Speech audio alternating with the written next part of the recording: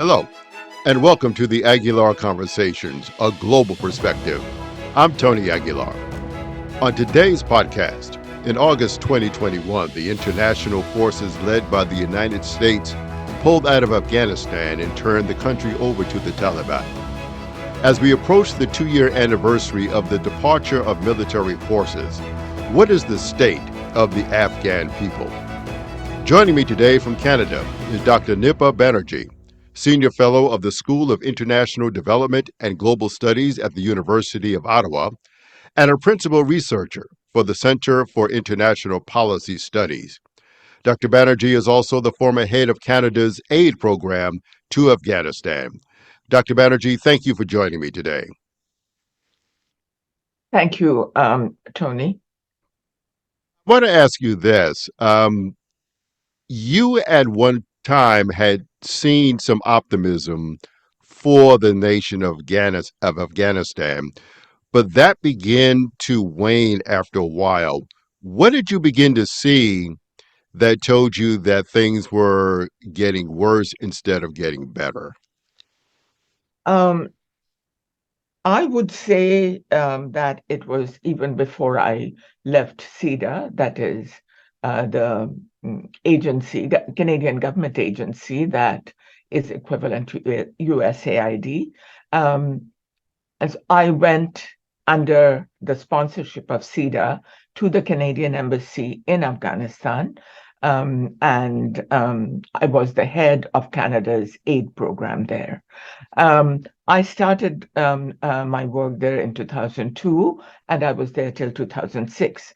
But in the beginning, starting 2002 to even 2004, I was very optimistic. It was something, I must say that Afghanistan was very different from others that I was posted in. I was mostly in Asian countries, like I was in India, Indonesia, Bangladesh, Thailand, Cambodia, Laos, and none of these countries were really like what Afghanistan was. I learned there a lot, but I also thought that I could contribute well. Um, what I found with living there, when I started getting insights into issues, my position was such that I could attend all the important meetings, even with between Hamid Karzai and the donors. At that time, it was Hamid Karzai, but between him and the donors, all meetings with the military and the different programs we were funding. Some of these were multilateral funding. So I attended all the meetings. So as I started working with them, is that, um, you know, I found, along with many of my Afghan friends and international friends, that there were loopholes and there were gaps and problems in planning of some of our programs. And these were multilateral, funded by different donors together, though. And there were problems, and really there was not very good look at some of these things. I have to say that even when I wrote to my own headquarters, that is to CEDA, talking about some meeting that I was in where the army itself was expressing doubts about what was going on. And other programs like drugs and the opium poppy. Then, the army reforms or the police reform programs. These were not being very well looked at by the headquarters. And, some of my colleagues from other countries also said the same thing. Um, and that gave me skepticism. And these were pretty serious issues and problems. and they weren't looked at. And even in the field, what I found was that there would be a meeting in which the army would talk about why and how they thought the small arms and ammunition program, reduction in small arms and ammunitions, a program that was not working out. Um, then, come next quarter, a meeting on the same topic would not even mention that. And nobody would say what has happened. Nobody raised an issue or questions. So I was getting kind of concerned about this. And I was gradually getting skeptical. I must say one thing is that I'm more of a development person than security. So the development analysis I could make, but I depended a lot on the army, not only our army, but in general, the US Army and other But, army people. So, this is what happened to me. but let me ask you this. Even though you were looking at it from the developmental and humanitarian aspect, there are people who will say that the incursion into Afghanistan was doomed from the beginning because the pretense under which the United States led international forces was a false one. And Uh, so, would you agree with that assessment? you are saying that the rationale The with rationale for which they going in attacked, was flawed from the beginning. so the rationale for the invasion you're talking about. Exactly. Okay, um, definitely it was Mhm. because I mean that was quite clear since the Americans came in because they said that there was the 9/11 attack. And 9/11 attack, it was never proved that it was the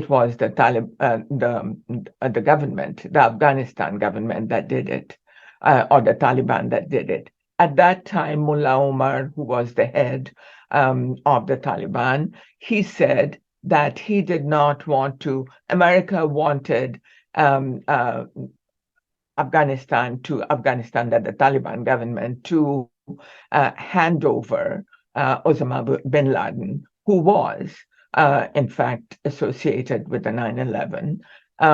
But um, when America wanted Mullah Omar to um, hand over Osama bin Laden, he said that he was a guest in his country and he did not want to, he cannot, according to Afghan culture, sort of hand over a guest in the country.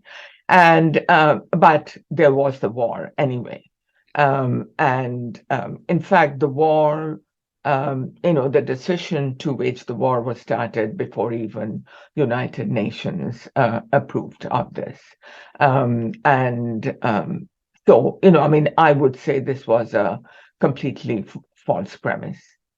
You have also been very critical, I guess, of your own government, and because you had called for an assessment of Canada's role in Afghanistan in terms of money that's been spent, which was about $20 billion in military aid and another 2.2 billion in humanitarian aid.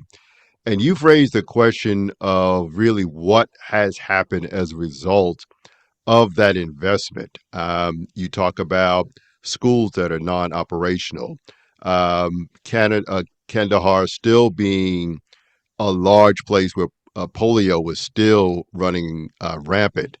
And so, how do you see it now? Do you still feel the same way? Because those critiques you made a couple of years ago, before the pullout by international forces. Yeah. No, I haven't changed my opinion. There has not been proper evaluation done. Two things. One is on the military side, that is led by the U.S. We had our money and some people with the NATO, but United States was in the lead, and there was really never any kind of evaluation done on the army operations, that whether or not, there, aim or their goal was to um, uh, build the capacity of the Afghan army through train, assist, and advise resolute mission. And so that the Afghan army got the capacity level to fight the Taliban on their own. And, I mean, that had to be done because a foreign country cannot always protect the population forever without, without ever thinking of getting out. So they were building the capacity, and there was never any evaluation done on how the capacity was being built, whether or not it was there. Because, I mean, there are what I see as indicator is the is whether or not the Taliban is able to advance. There was the counterinsurgency from the Taliban is able to advance.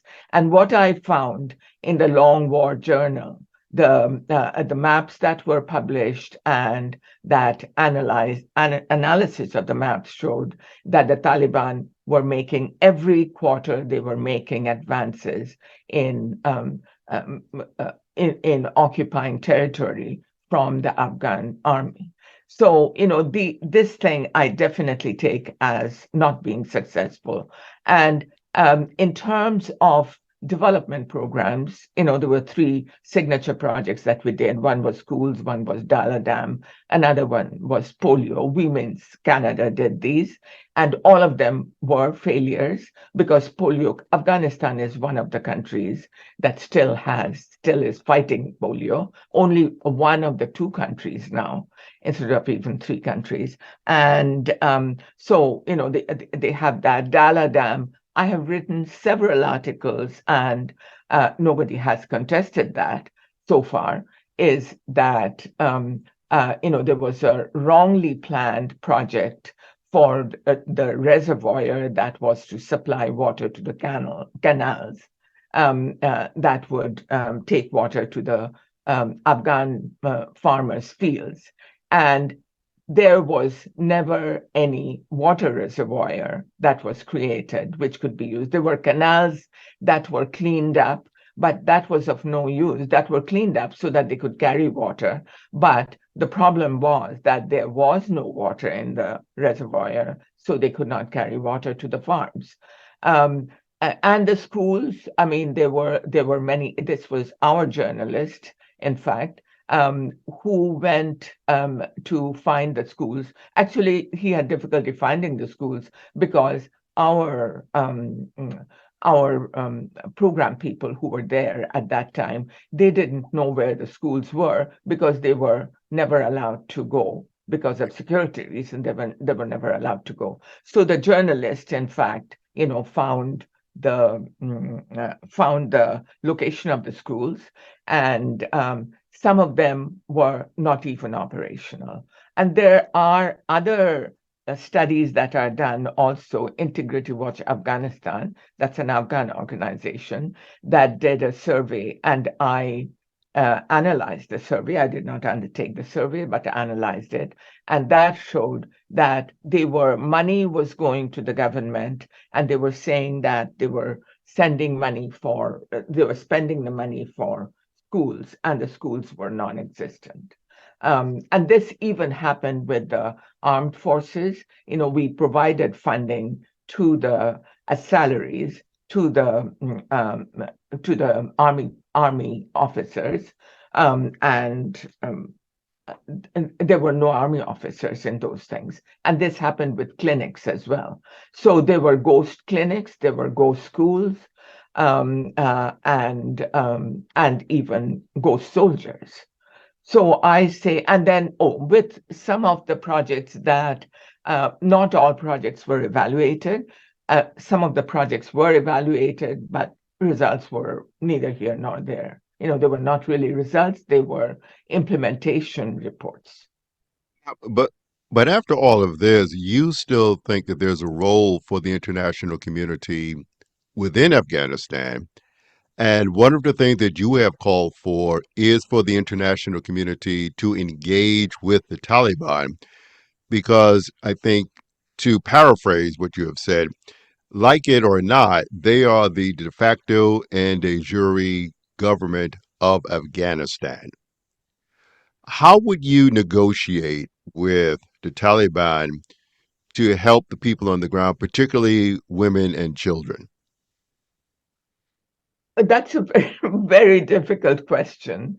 I wish I could answer with more confidence, but I'm looking at it I'm coming from the other side. That is, that say we don't negotiate with the Taliban. We leave them alone because we don't trust them. And, there are plenty of reasons for that, that they cannot be trusted. They haven't walked their talks. But the issue is, if we did this, we are really almost pushing Afghanistan to the late 1990s situation when they would be completely isolated, and this time more so because nobody has recognized them. They will be completely isolated, and the women and children and ordinary people of Afghanistan would have difficulty surviving, or they will survive under such difficult conditions. And I mean, that's why I mentioned that I am more of a development person, because when I mention this, I'm talking from development point of view, and anything that has been achieved so far, I wouldn't say there has been nothing. I don't still think that we had achieved a lot under the Afghan Republic. We could have done better, but still there were some advances. And if we push them to a point where they are completely isolated without international community looking at them, then that will be the situation, that they will have to survive like that. Um, Now, how to negotiate? I thought of um, carrot and stick approach. That is, have the Taliban. One thing I'm convinced about is that the Taliban are very much interested to get recognition from the international community. And they are interested in getting resources as well. They don't have any resources. They never did, in fact. And so if they are, given enough time, given a lot of people talking to them, um, it might be possible that they would gradually agree. I am kind of optimistic because I don't see, what Taliban is going to do. I mean, in this kind of a situation, it's a stalemate situation, and I really don't know what can be done, or what they can do also. So that's what I think. But I think really the way we are going now, I think there are efforts being made. Yes, the countries are meeting multilaterally and bilaterally. There are special envoys of the different countries in Doha, and they meet with the Taliban leadership regularly, although they have registered no progress. They always say that, oh, well, we will look when we can open the schools for women, etc. It would be interesting if now, coming the fall season, what they do.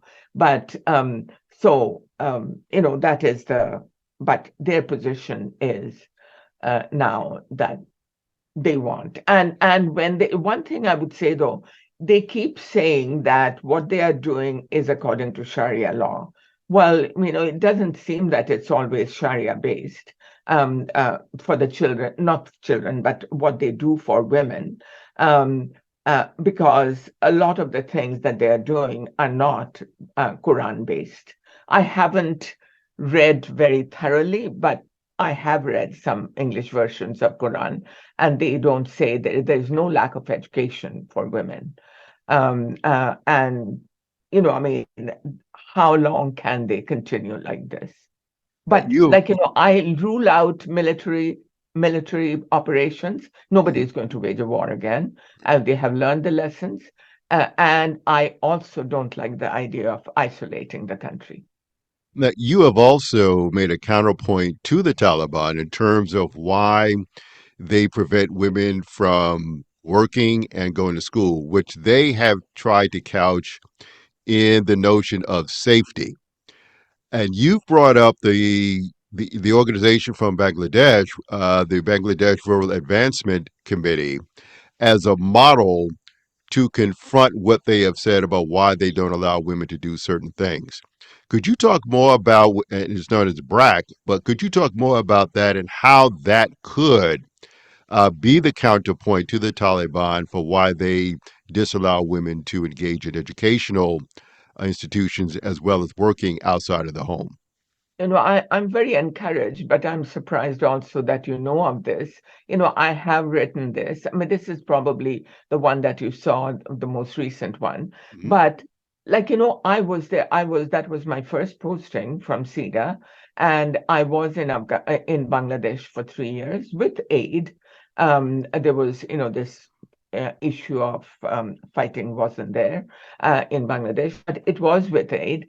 And I started working with BRAC almost from their birth, and uh, I was, because of my close relationship, I went and visited many of their projects. Now, what impressed me, I will tell you why I think the work has been impressive, but what I found, I asked them, like, the Bangladesh society at that time was pretty. It's a very moderate one now, particularly the rural areas. Very surprising, but the rural areas are more advanced in terms of women's development than the urban. Um, and what uh, I asked them how did they proceed. Now, what they told me was that when they go to a village, they work directly with the villagers. And when they go to a village, they don't talk about women's rights or women's independence, etc. But they just go and talk to the mullah. And in Afghanistan, definitely there should be mullah involvement in discussions when the donors discuss. But anyway, so they would go and see the mullah, and they just go to the prayer sessions. They would have green tea. Green tea is kind of popular there as well. They would have tea with the mullah and cookies, and that may go on for 3 months, and without any discussion on rights of women. And then they would, by the by, one day raise with the mullah that we were thinking that this front room where we are sitting now and talking, it's not really much used. Why don't you start a school for girls in here? And then, no, not girls, just start a school, a primary school. And this is in a remote village. So why don't you start a school? We might give you a rent of $10 or so, and $10 a month. And in return for that, like the mullah doesn't respond immediately. And then after another 2 months, maybe, he comes back and says, you raised that option. Do you think we should try? And they said, oh, yes, it would be very nice. The BRAC people said it would be nice. And also, you said that your daughter, you don't want to send to school because of security and safety reasons. Why don't you? But if it is in your home, you shouldn't have any problems with that. And we will do this. Now, then that was the start of the school. The children don't have to pay any tuition. I mean, this comes from BRAC's. This is a BRAC project, so it comes from BRAC's funding from other donors, etc. And so they start the school. And then, a teacher, everything is extremely practical. A teacher trained for 6 to 8 months comes in this is primary school, so children are very little. And I saw some of these, Tony, which I found extremely impressive. I went to the schools, and what I saw, there were young children, very young children in primary schools, and then there were also girls who were teenage girls, and because they hadn't had earlier chances of um, uh, earlier chances of going for education. And so they were working together. They all sat on the floor. There were no furniture whatsoever. They all sat on the floor with a small table. It's not a table like it's like a tea table Mhm. in front of them, and the books are all nicely packed up. And uh, you will be surprised. BRAC eventually started these schools, some of these schools in Afghanistan. And I visited one of these schools that BRAC had funded in Afghanistan. And I found that there were teenage girls who did not have a chance to go to school in the late 1990s, and therefore they are there, and young children too. Now, it was just before the first election of Afghanistan, and I asked them that if you were given the right to vote, who would you vote for? And you know what? I was so impressed. What they said was that, since they have had the chance to go to school, they find the benefit of schooling, which they never realized before, and they would vote for somebody who would make arrangements for their children to have education. So, and this kind of school, I don't know if they exist anymore, of course, because of all the difficulties. But I saw this school myself. Um, and then the safety issue. If you start schools, in coalition with the mullahs, with the religious leaders, you start schools and then the mullahs say that these girls will be going to school at such and such hour and return in such and such hour, and I want their safety assured by the people, and there should be no problem. And that has been happening. I saw, some of these children going to school. I saw the first election. I was still with my agency, SIDA. I went to visit the election polling booths, and you would not believe how happy these girls and the women were who were there to vote. And now the Taliban are saying, oh well, most women don't want all these rights to go to the women. I saw that yesterday somewhere, and that can't be true. If it was, I saw it in 2004. The election was in 2004, and um, and this is what I saw. So and this is one of the things that made me very optimistic. You were telling me that what made me optimistic. These are some of the things that made me optimistic. And gradually, things like, I mean, nobody really, I mean, even But let funding me was let me withdrawn. ask you this though: if given what everyone has been through, 20 years, I mean, President Biden had, now this is the longest war that America has been in.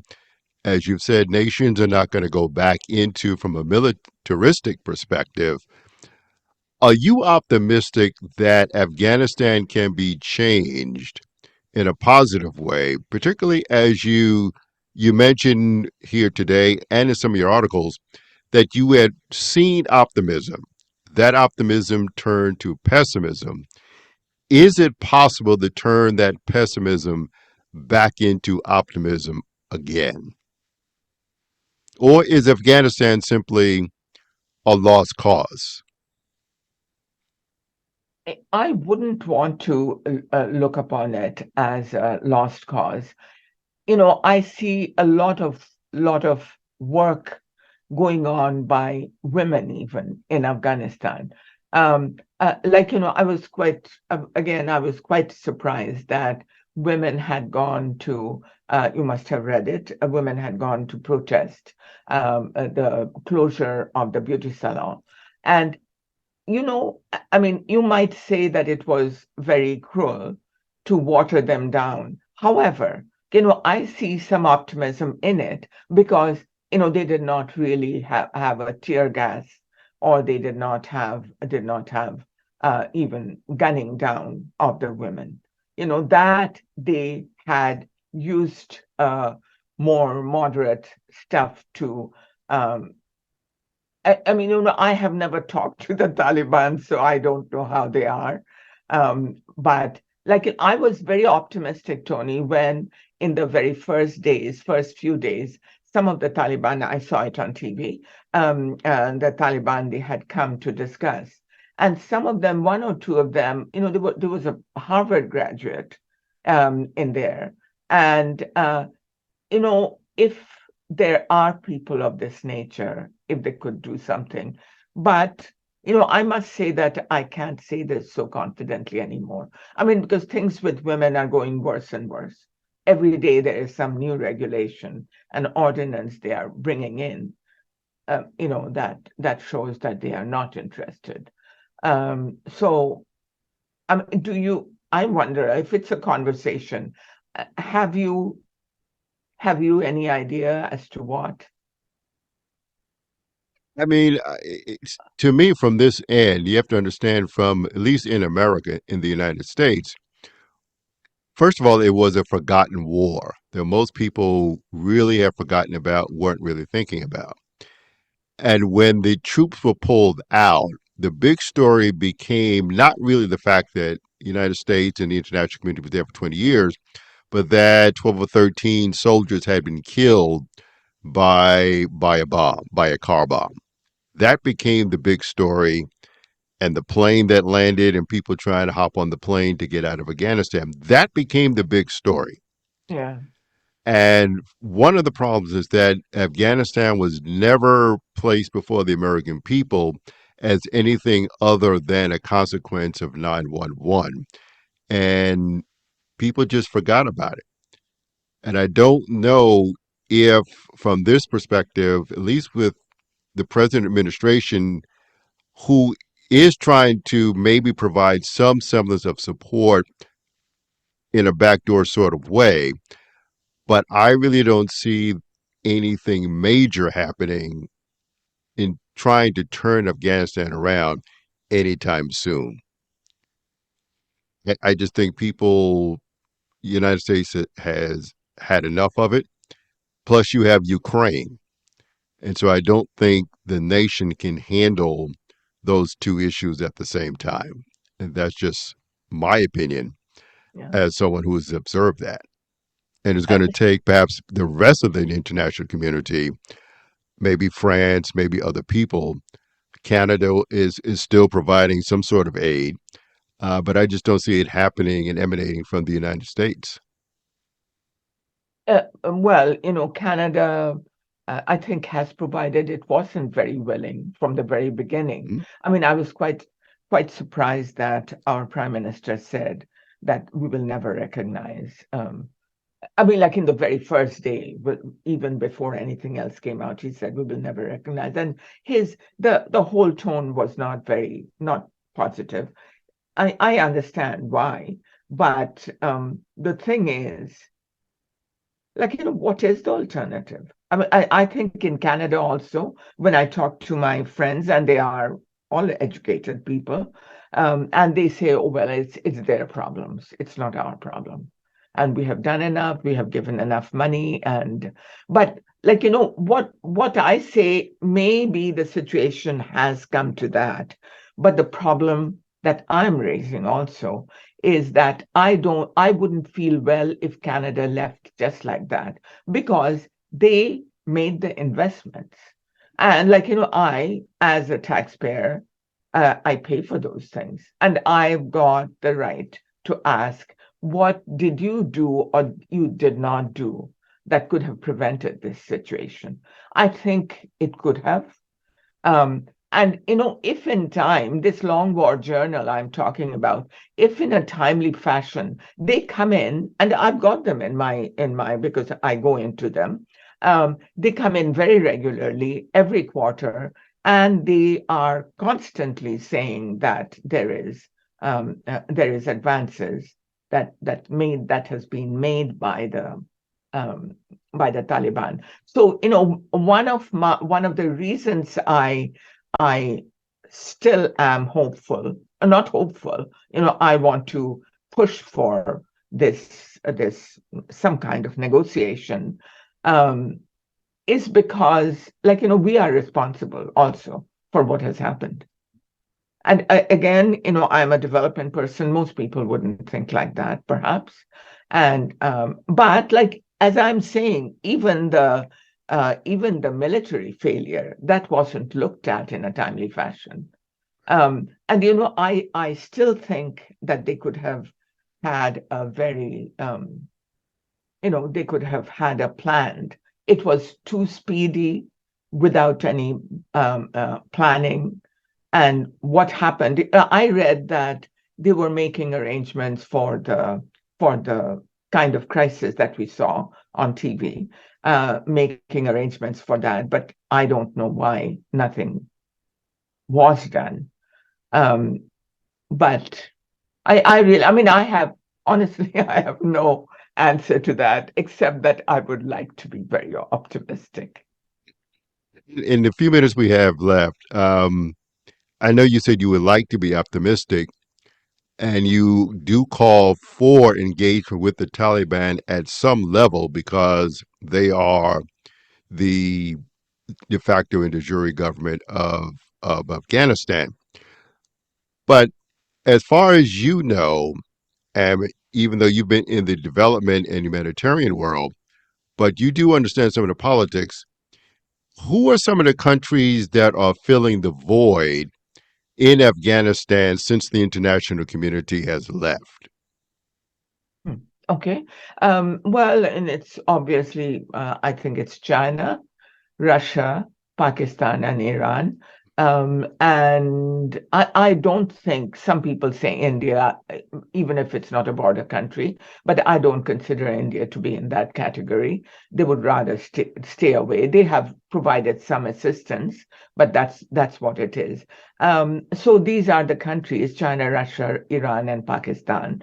Um, I don't see really much optimism there.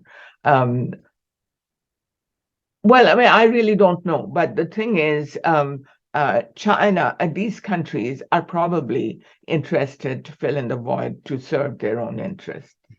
And that's what they would do. But the difficulty they would face is that they, in their approaches to various issues, they don't often agree. So it would be very difficult for them to work together.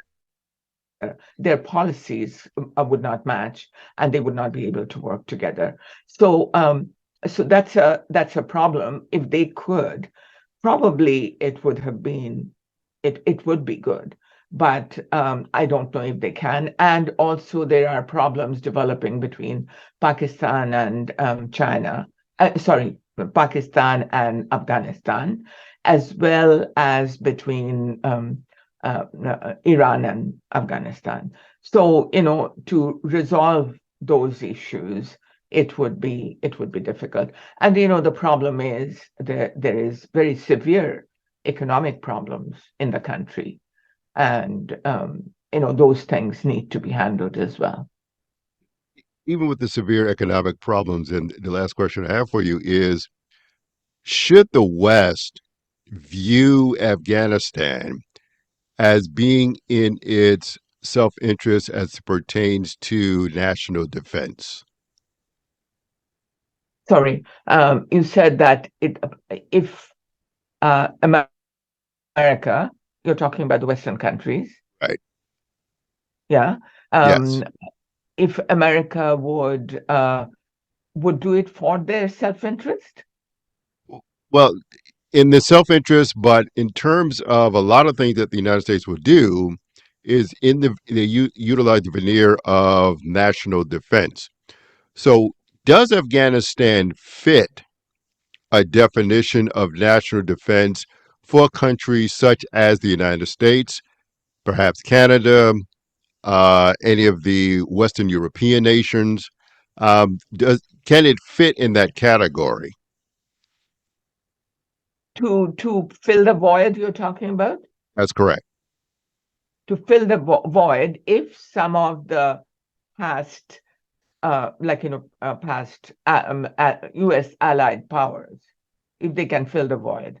Mm, That's okay. what you're saying? Yes. Okay. Um, I guess, I mean, that's a very new way to look at it. I never thought about it because I didn't see that anybody would. But you're right. I mean, I thought maybe the Scandinavian countries could, particularly for development, and that's what you referred to, that the economic situation, the Scandinavian countries could. There has been discussions between, Norway had called for a meeting, and there were discussions, um, and so, not much happened out of the discussions, but there were discussions, and there are still European countries that are looking at issues. So that's a possibility, and I think mostly Nordic countries, perhaps, they can do. And Canada, I really don't know because I didn't see much. I don't see much of interest. In fact, even the humanitarian assistance now to go from Canada to Afghanistan, it's not yet absolutely finalized. There were some issues that has to be looked into. What do you think um, about the filling in the void by the Western countries? I mean, I think if you begin to look at the shifting of powers, whether it's China or however you want to define them, other countries that are hedging their bet on a changing global situation. So Brazil, for example, uh, is seems to be encouraging greater relationships with China based on its own self-interest. So the global South is no longer looking at the United States as the predominant Yeah, world power anymore. Things are shifting. And I think if the United States begins to look at this as a way of pulling in other allies, as well as Great Britain, because London, England is trying to still find its way in the world post World War II and post Brexit. They could find self interest in that as well. So I think they could. France is always going to be a thorn in the side of Western Europe and the United States in particular. But if they could, I think if they begin to see the world as changing alignments, Afghanistan could be a place where they may want to go again, except with a different strategy that's non militaristic. And I think that goes back to your original point of engaging the Taliban in a way that fulfills the self interest of both parties. yeah. So that maybe, who knows? See, what I found that when we were working there, all the donors were working there, aid effectiveness principles hadn't been looked into. Aid effectiveness means that, when we do a project, we do not select the project only on our own. Our project selection would depend on prioritization by the government. It will be difficult to do with the Taliban right now, but gradual, uh, well, maybe that could be very enticing for the Taliban that is working with the donors, and based on their priorities. There needs to be negotiations always, but the priorities needs to be decided by them. I mean, you will be surprised as to how badly our program was run. Not Canadian only, but I'm talking about in general.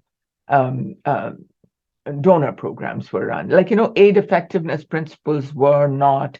I did the report on aid effectiveness principle for a conference that was called by the UN in Busan, in Korea, and there, I mean, the Afghan government asked me to do the um, do the do the assessment and the report.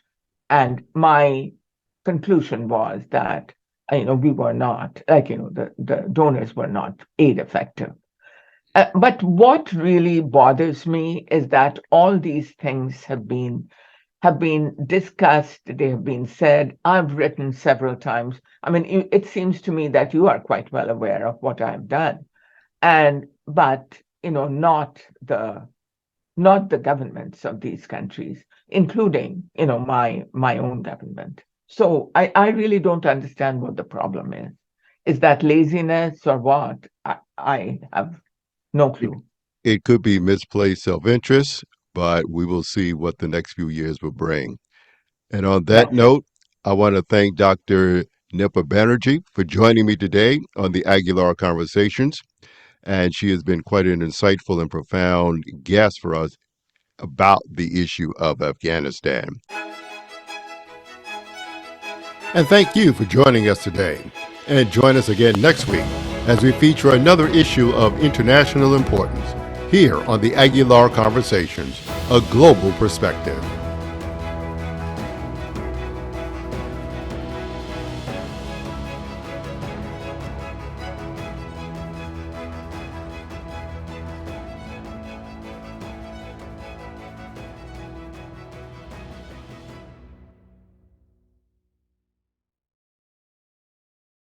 The Aguilar Conversations, A Global Perspective, is produced by Casa Margo Communications Group.